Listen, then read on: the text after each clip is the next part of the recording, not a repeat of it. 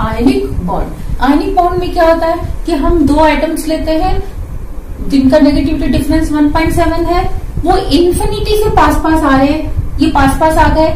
एक स्टेज ऐसी आएगी कि उसका न्यूक्लियस उसके इलेक्ट्रॉन को और पहले का न्यूक्लियस दूसरे के इलेक्ट्रॉन को अट्रैक्ट करता है। तो जिसका अट्रैक्शन ज्यादा होता है उसमें से क्या होता है, एक इलेक्ट्रॉन वो दूसरे एटम के अपने पास ले लेता है, तो ये पॉजिटिव आयन बन जाता है और ये नेगेटिव आयन बन जाता है। और इनके पास पास आने से क्या होता है, अट्रैक्शन होता है और ये क्या बन जाता है, आयनिक बॉन्ड बन जाता है। लेकिन क्या एक प्लस और एक Cl माइनस के बीच में बॉन्ड बनेगा? नहीं। क्या होता है, 1 मोल सोडियम आयन पास पास आते हैं, किसके, 1 मोल क्लोराइड आयन के, तो 1 मोल क्या बनता है, NaCl बनता है। तो आप कह सकते हो कि जब 1 मोल NaCl बना तो हर स्टेप पे क्या हुआ, कुछ कुछ एनर्जी बाहर रिलीज होगी बिकॉज ऑफ अट्रैक्शन। जब भी अट्रैक्शन होगा एनर्जी रिलीज होगी, तो उस अट्रैक्शन से जो एनर्जी रिलीज होती है उसको हम बोलते हैं लैटिस एनर्जी। तो lattice energy can be defined as the energy released during formation of 1 mole ionic crystal from gaseous ions।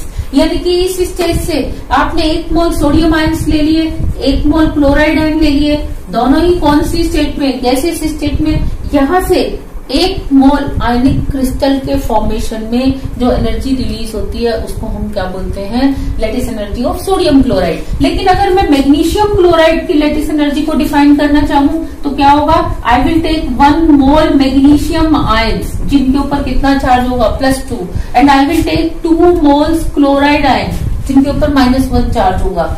ये आपस में पास पास आके क्या बनाएंगे, इस तरीके से जो आयनिक क्रिस्टल बनाएंगे।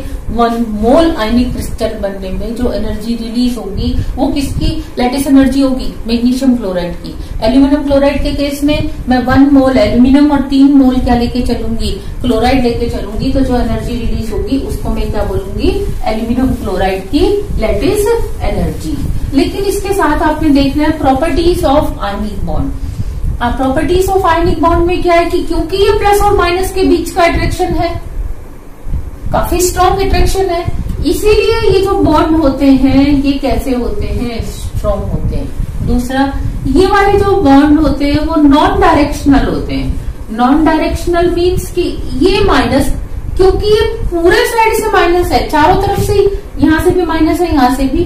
अब इसके पास जरूरी नहीं है कि प्लस इस डायरेक्शन से आए, यहाँ से आएगा तो भी बॉन्ड बनेगा, यहाँ से आएगा तो भी बॉन्ड बनेगा, यहाँ से आएगा तो भी बॉन्ड। तो ये क्या करता है, नॉन डायरेक्शनल बॉन्ड बनाते हैं। और इनको चारों तरफ से जब ये बॉन्ड बना लेते हैं तब आयनिक क्रिस्टल बनता है, और तब जो है आयनिक बॉन्ड जो है वो क्या होते हैं, ज्यादा स्टेबल होते हैं, आयनिक कंपाउंड भी ज्यादा स्टेबल होते हैं। अगर ये केवल एक ही डायरेक्शन में बनाए, इसी डायरेक्शन में, यहाँ माइनस, यहाँ प्लस, यहाँ माइनस, यहाँ प्लस, तो क्या होगा, अभी इनका यहाँ का अट्रैक्शन कवर नहीं हुआ, ना ऊपर का अट्रैक्शन कवर हुआ, तो ये वाले कंपाउंड स्टेबल नहीं होते।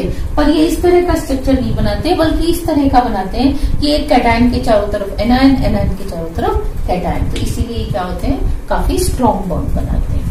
तो ये जो कंपाउंड्स बने इनकी प्रॉपर्टीज क्या होती हैं, properties of ionic compounds. Properties of ionic compounds में हम डिस्कस करेंगे 1 by 1 properties of ionic compound. तो सबसे पहली प्रॉपर्टी होती है कि दे आर हार्ड। अब ये हार्ड तो है, लेकिन माय क्वेश्चन इज व्हाई ये आयनिक कंपाउंड्स हार्ड क्यों है।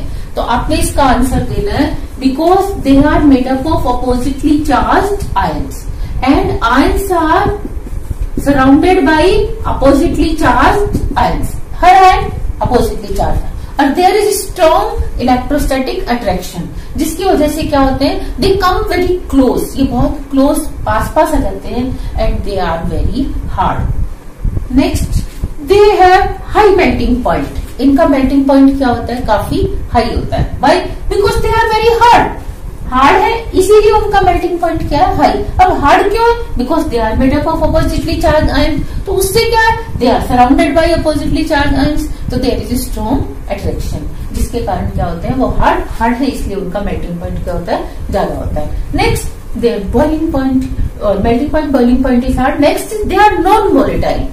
अब सबसे पहले हमें समझना चाहिए व्हाट इज वोलेटिलिटी। वोलेटिलिटी क्या है कि आपने एक लिक्विड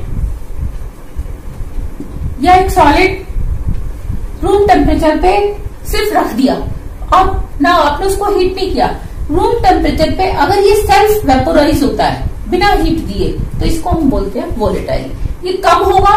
जब इसके मॉलिक्यूल्स के बीच का अट्रैक्शन क्या होगा? कम। इनके बीच में अगर अट्रैक्शन कम है तो they will get easily volatile, vaporise, बाहर की तरफ आ जाएंगे और वोलेटाइल हो जाएगा। इसी तरह से सॉलिड में से अगर मॉलिक्यूल्स बाहर निकलने लग जाए, अगर वो आपस में वीकली अटैच्ड हैं, उनके बीच में वीक अट्रैक्शन है, लेकिन यहाँ हम क्या देख रहे हैं? They are non volatile. इसका मतलब इनकी रूम टेम्परेचर पे वेपर बनाना आसान नहीं है। हीट करके तो सबकी बन जाती है। नॉन वोलेटाइल मतलब रूम टेम्परेचर पे अपने आप से इनकी वेपर्स बनती नहीं है। क्यों नहीं बनती? क्योंकि इनका बॉइलिंग पॉइंट ज्यादा है। बॉइलिंग पॉइंट क्यों ज्यादा है? Because they are very hard. तो both are interrelated properties. Next, they are brittle in nature.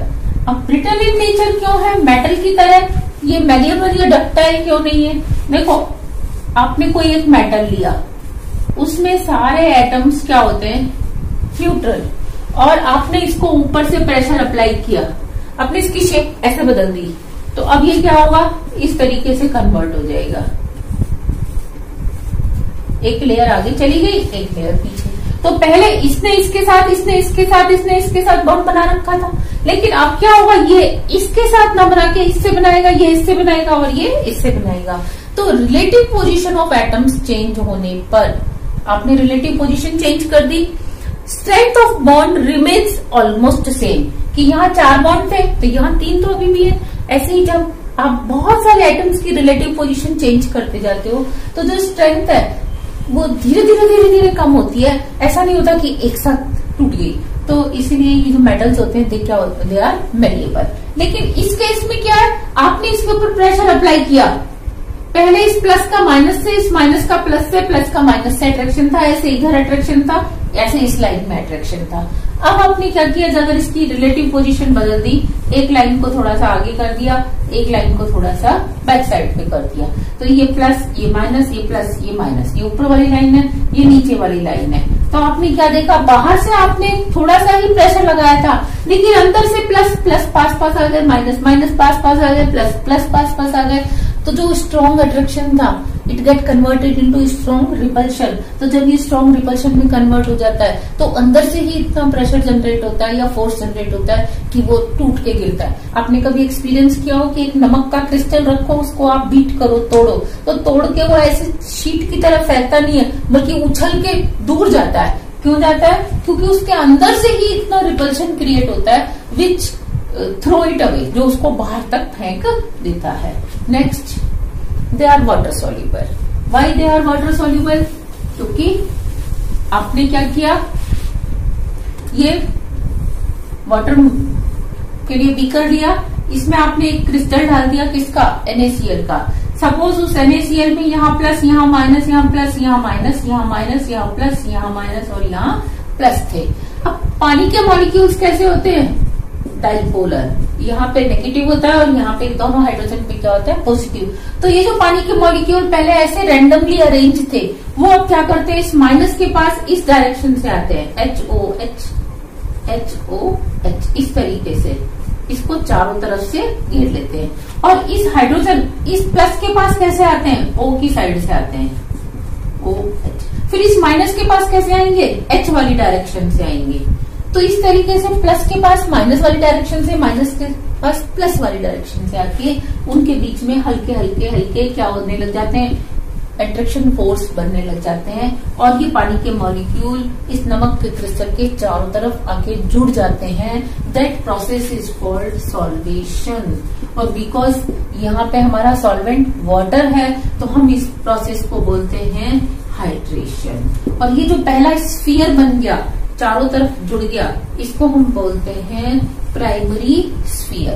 पहले प्राइमरी स्फीयर बनता है। अब ये हाइड्रोजन क्योंकि इससे अटैच हो गया तो यहाँ पे और ज्यादा क्या आ जाता है? माइनस। और ये ऑक्सीजन जब इससे अटैच हो गया तो यहाँ पे और ज्यादा प्लस आ जाता है। तो ये अब अपने चारों तरफ क्या करते हैं? एक एक मॉलिक्यूल को और अट्रैक्ट करते हैं। ये हाइड्रोजन वाला ऑक्सीजन की साइड से और ऑक्सीजन वाला हाइड्रोजन की साइड से, ऐसे ये आपस में जुड़ते हैं और एक और स्फीयर बन जाता है। This is called secondary sphere. Secondary sphere. फिर सेकेंडरी स्फीयर के बाद टर्शरी, क्वाटरनरी, इस तरह से स्फीयर बनते जाते हैं। और क्या होता है कि ये प्रोसेस सॉल्वेशन या हाइड्रेशन कहलाता है। लेकिन अब होता क्या है, हर बार हाइड्रेशन से, सॉल्वेशन से थोड़ी थोड़ी एनर्जी बाहर निकलती है, क्योंकि wherever it is attraction energy will be release. तो यहाँ पे एनर्जी रिलीज हुई, फिर यहाँ पे एनर्जी रिलीज हुई। तो ये जो एनर्जी रिलीज होती है, इस एनर्जी को हम कहते हैं हाइड्रेशन एनर्जी, या हम नाम देते हैं सॉल्वेशन एनर्जी। और जब ये पास पास आए थे, डू यू रिमेम्बर, तो इन्होंने एक एनर्जी को बाहर निकाला था, उस एनर्जी का नाम क्या था, लैटिस एनर्जी।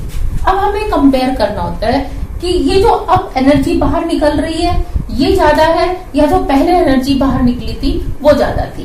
सपोज कि जब ये दोनों पास पास आए थे, प्लस आयन और माइनस आयन, इन्होंने 100 कैलोरी के बराबर एनर्जी बाहर रिलीज की थी। तो इनको ये 100 से जुड़े हुए आपस में।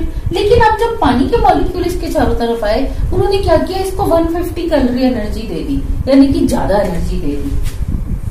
लैटिस एनर्जी से ज्यादा ही इसकी वैल्यू है, तो क्या होगा, इट विल गेट डिसॉल्व, ये इसके बीच में सॉल्युबल हो जाएगा। लेकिन अगर आपने जो हाइड्रेशन किया, उससे जो एनर्जी रिलीज हुई वो कम थी, लेस देन थी, तो इस केस में क्या होता है, this ionic compound will never get soluble. लेकिन अगर वो बराबर है, जैसे 100 निकली और आपने 100 ही दे दी, इट विल गेट डिसॉल्व। तो यहां हमें देखना है, क्योंकि इस एसोसिएशन प्रोसेस से, क्योंकि इस हाइड्रेशन के प्रोसेस से हाइड्रेशन एनर्जी बाहर निकलती है, और वो क्या करती है, इसकी लैटिस एनर्जी को कंपनसेट कर देती है। तो ये धीरे धीरे एक प्लस आयन यहाँ से चारों तरफ से अट्रैक्शन को ब्रेक करके वाटर में आ जाएगा, फिर एक माइनस आयन आ जाएगा, फिर माइनस के बाद एक प्लस है, फिर वो प्लस आयन आ जाएगा। तो पूरे सॉल्यूशन में धीरे धीरे धीरे क्या होता जाता है, आपने जो क्रिस्टल डाला था वो क्रिस्टल ना रहकर क्या हो जाता है, एक प्लस, उसके चारों तरफ ये वाटर मॉलिक्यूल, हाइड्रेटेड आयंस बन जाते हैं। फिर ये एक माइनस, माइनस के चारों तरफ प्लस से आएगा, ऐसे HOH HOH, ये हाइड्रेटेड आयंस बन के सॉल्यूशन में घूमने लग जाते हैं। तो हम क्या कह देते हैं कि दे आर वाटर सॉल्युबल। लेकिन they are insoluble in organic solvent. Why? According to thumbs law. Thumbs law says कि लाइक डिसॉल्व्स लाइक, जो जैसा है वो वैसे में ही घुलना पसंद करता है, क्योंकि आयनिक क्रिस्टल्स आर बाइपोलर, उनमें प्लस माइनस होता है, दोनों चार्ज होते हैं। और वाटर भी क्या है, डाइपोल मोमेंट रखता है, उसमें प्लस माइनस है। तो इसलिए ये आयनिक कंपाउंड्स जो है वाटर में क्या होते हैं, सॉल्युबल होते हैं। लेकिन ऑर्गेनिक कंपाउंड्स में तो ऐसा प्लस माइनस नहीं होता, ऑर्गेनिक सॉल्वेंट्स में, तो इसीलिए उसमें क्या होते हैं, ये इनसॉल्युबल। इसका रीजन हम एक ही देते हैं, लाइक डिसॉल्व्स लाइक, ये कहलाता है thumbs law. Next, there aqueous solution is good conductor. You can explain easily now कि आपने अगर इस सॉल्यूशन में क्या किया, 2 इलेक्ट्रोड्स लगा दिए, तो क्या होगा, anions will go to anode, cations will go to cathode, और conduction of electricity will be done. तो इसीलिए their solution is aqueous solution is good conductor. Rather you can say their molten state. Molten state means कि आपने पानी में नहीं घोला, नमक को मेल्ट कर दिया, तो Na+OCl -840 पे क्या होंगे, वो अलग अलग हो जाएंगे। तो वो वाली स्टेट भी, क्योंकि आयंस को रखती है, they can move towards oppositely charged electrodes, तो they also conduct electricity, so they are good conductor। इनका नेक्स्ट जो है crystal of NaCl। Structure of NaCl को हम कैसे ड्रॉ करते हैं कि पहले आप एक क्यूब ड्रॉ करेंगे, likewise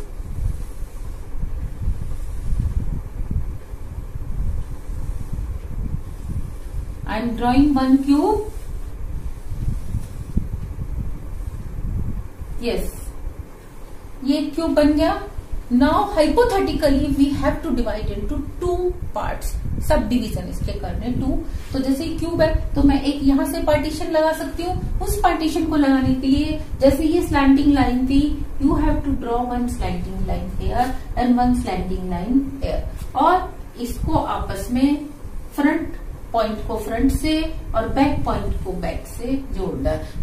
now you can easily visualize that this cube is hypothetically divided into 2 chambers. Now I want to divide into 4 chambers, तो I will put one more partition in this direction. तो उसके लिए मैं यहाँ पे क्या करूंगी, एक लाइन ड्रॉ करूंगी स्लैंटिंग, एक लाइन यहाँ पे ड्रॉ करूंगी और फ्रंट पॉइंट को I will join with front point and back point को I will join with back point. Now you can visualise that this cube has been divided into 4 chambers, लेकिन मैं इसको 8 chambers में divide करना चाहती हूँ। तो अब मुझे क्या करना पड़ेगा, I already have divided into 2, मतलब मैंने एक बार ऐसे इसका पार्टीशन कर दिया, एक बार ऐसे कर दिया, अब मेरे को तीसरी बार कैसा करना पड़ेगा, इस तरीके से करना पड़ेगा। तो इसके लिए मैं क्या करती हूँ, ये जो स्लैंटिंग लाइन है इसके सेंटर पे एक पॉइंट लगाती हूँ, फिर इस स्लैंटिंग लाइन के सेंटर पे एक पॉइंट लगाती हूँ, इस स्लैंटिंग लाइन के सेंटर पे और इस स्लैंटिंग, ये चारों स्लैंटिंग लाइन के सेंटर पे एक पॉइंट लगाने के बाद now I am going to join these points.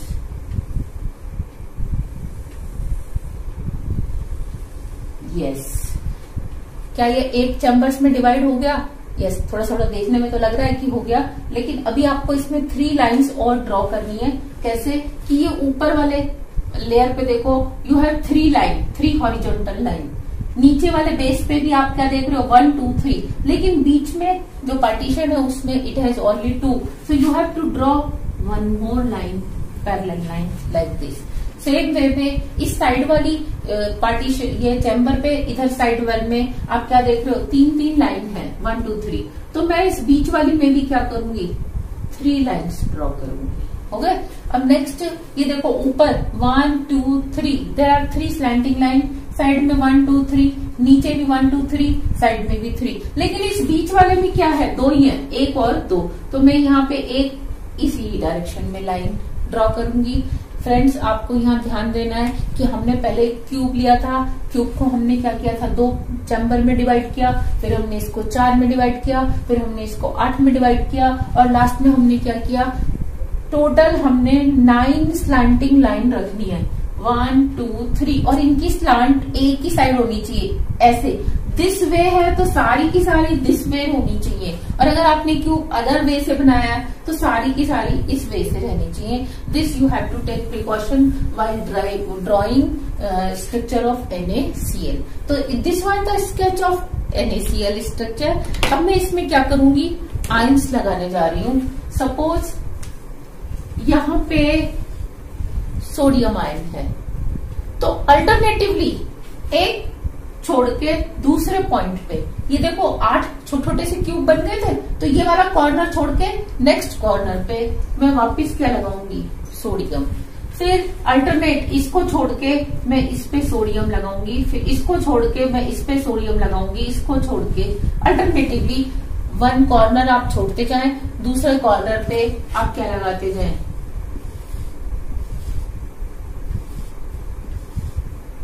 This way.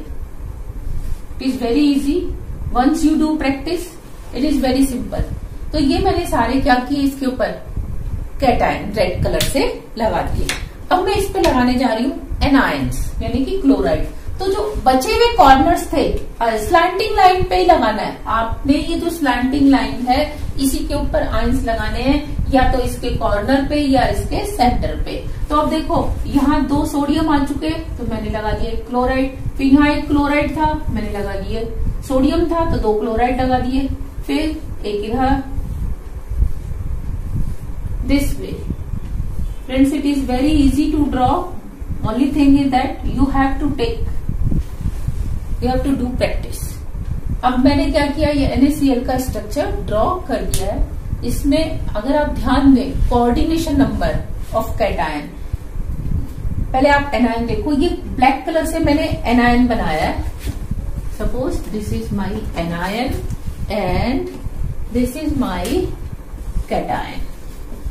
तो पहले आप एनायन देखो कि एनायन कितने कैटायन से सराउंडेड है, ये 1 2 3 4 5 6, तो इसका मतलब क्लोराइड का जो कोऑर्डिनेशन नंबर है इट इज 6, और सोडियम का भी 6। कैसे, मैंने इसको लिया सोडियम को 1 2 3 4 5, और अगर मैं आगे भी जाती ऐसे और क्रिस्टल पूरा ड्रॉ करती, ये तो मैंने एक यूनिट सेल ड्रॉ किया है, तो उसके अंदर इसका भी कितना आएगा 6। या अल्टरनेटिवली आप ऐसे समझ सकते हो कि मैं यहाँ पे सोडियम ना लगाना शुरू करके यहाँ से क्लोराइड कर दी, तो यहाँ सोडियम आता, फिर यहाँ क्लोराइड आता, तो सेंटर में मेरा क्या आ जाता Na+, तो उसका भी कितना आता मेरे पास coordination number of NaIN is equal to 6। तो अगर आप इतना बना के आते हैं, कोऑर्डिनेशन नंबर लिख के आते हैं, साथ में ये नोटेशन इंडेक्स बताते हैं कि इट इज शोइंग